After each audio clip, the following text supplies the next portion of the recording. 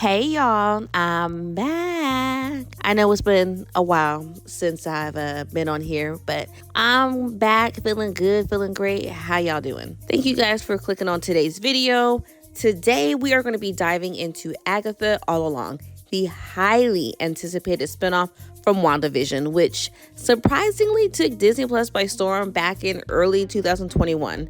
WandaVision is set a high bar for a Marvel streaming series, so the big question is, does Agatha pick up where it left off and push the MCU forward? Before we dive into the details, remember to smash that like button.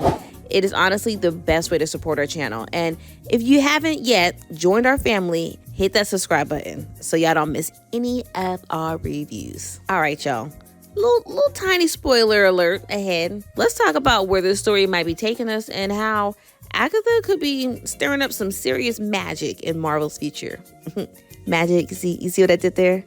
Yeah, okay. Without further ado, let's check it out.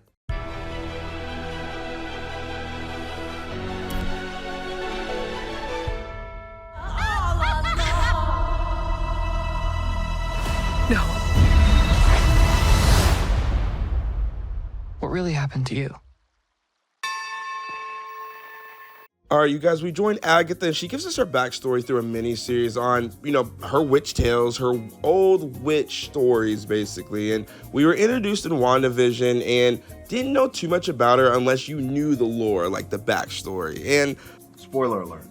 Ultimately, at the end of WandaVision, she lost her powers, and we pick up right from there. She's doing whatever she can. She's going through some of the same emotions that WandaVision was as well at the beginning. And ultimately, we get a lot of her old stories revealed and basically how she became the person she is today. The series is about 9 episodes, each totaling around 30-35 minutes. And honestly, once they start picking up, I feel like the time flies by. And I have to admit, y'all, I really wasn't into the series the first few episodes. I found myself struggling to just stay engaged and wonder where the plot was going. But episode 4 or 5, yeah, I was in there. I was invested after those episodes. Everything started clicking, and suddenly the twist kicks in, the magic intensifies, and you're hooked and you want to know what's going to happen next and how's the story going to end. We've got a fresh cast and a whole new coven of witches into the MCU, and while it's tempting to really hand the MVP to Kathryn Hahn, who really gives us that stellar performance as Agatha and even dials up the ante a little bit more here, if you're an Agatha fan, this is right up your alley. But if I can, I might say I would give the MVPs to this dynamic duo. Sasheer Zamata and Patti LuPone as Jen and Lila. Their scenes really brought a lot of personality, and when you're bringing a new cast, you want to gain that attachment. 9 episodes, it's really not a lot, especially for these many characters that we had, but unfolding the story in their own perspective really added the depth to the show. And for our villain, let's just say it didn't quite steal the spotlight, but there's definitely potential brewing for Aubrey Plaza's character, and we're just going to have to wait and see. We're going to have to wait and see where that dark path leads us, and there's something intriguing there. I don't know what, but there's something there, though. The story balances a lot of the Great Witch folktales, but still dangles that MCU quirky feel, and it was great to finally see her story being untold. She's definitely earned her time in the spotlight. But heads up, y'all, to really get what's going on here, I strongly recommend y'all watch WandaVision first, because it'll make Agatha's journey way more meaningful. Now, as for the show itself, it was okay. I didn't hate it, but it didn't quite hit the mark for me either.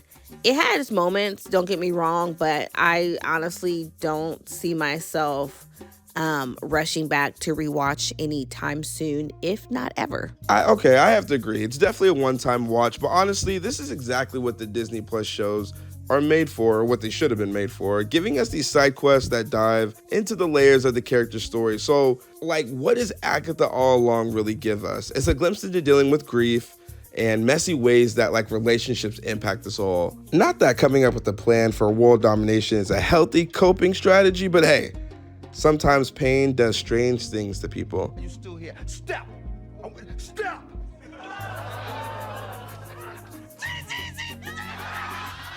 And for Agatha's future, I really don't expect her to pop up anytime soon. Maybe in some type of flashback or old quick tale, but Marvel seems to be tapping into what works. And when WandaVision dropped, I guess the Agatha song really blew up and messing up everything. It's been Agatha all along.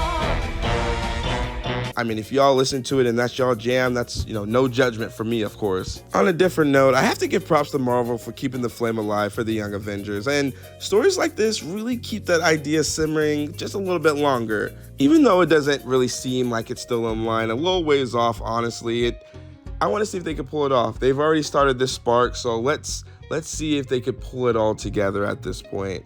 And lastly, I know some fans are going to be disappointed with a certain someone not making an appearance, but honestly, Elizabeth Olsen's Scarlet Witch deserves nothing less than a grand big screen return, or at least a big story that can embrace her, because that's all she's done. She's embraced that role, and whenever she returns, it needs to be epic. That's just my take. I love seeing the familiar faces from WandaVision and Agatha all along. And also the new characters definitely held their own. Now, if I had to rank this show, for Mod, this lands in his top half of Disney Plus series. But for me, this is kind of lurking somewhere in the middle to the bottom half.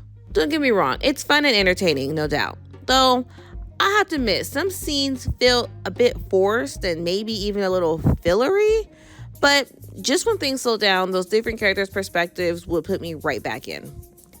All right. Now for the moment y'all been waiting for, the score. What are we giving Agatha all along? We saying save for stream. Now I know before y'all eat us up in the comments, this is already for stream. How y'all gonna say save for stream? I know, it's in that category, meaning if you are into, you want to see the story, watch it.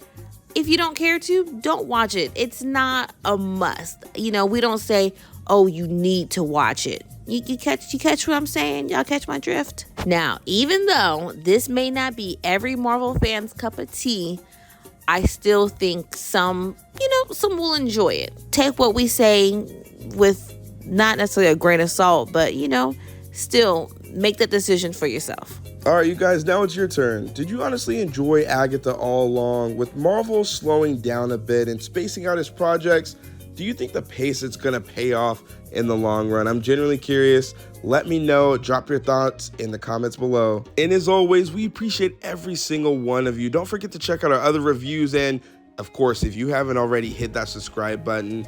Every like, every click, you matter. Don't ever think that you don't. Every single one does. So make sure that you don't miss a thing. And as always, make sure you tell someone you love them. And we'll check you in the next one. Bye.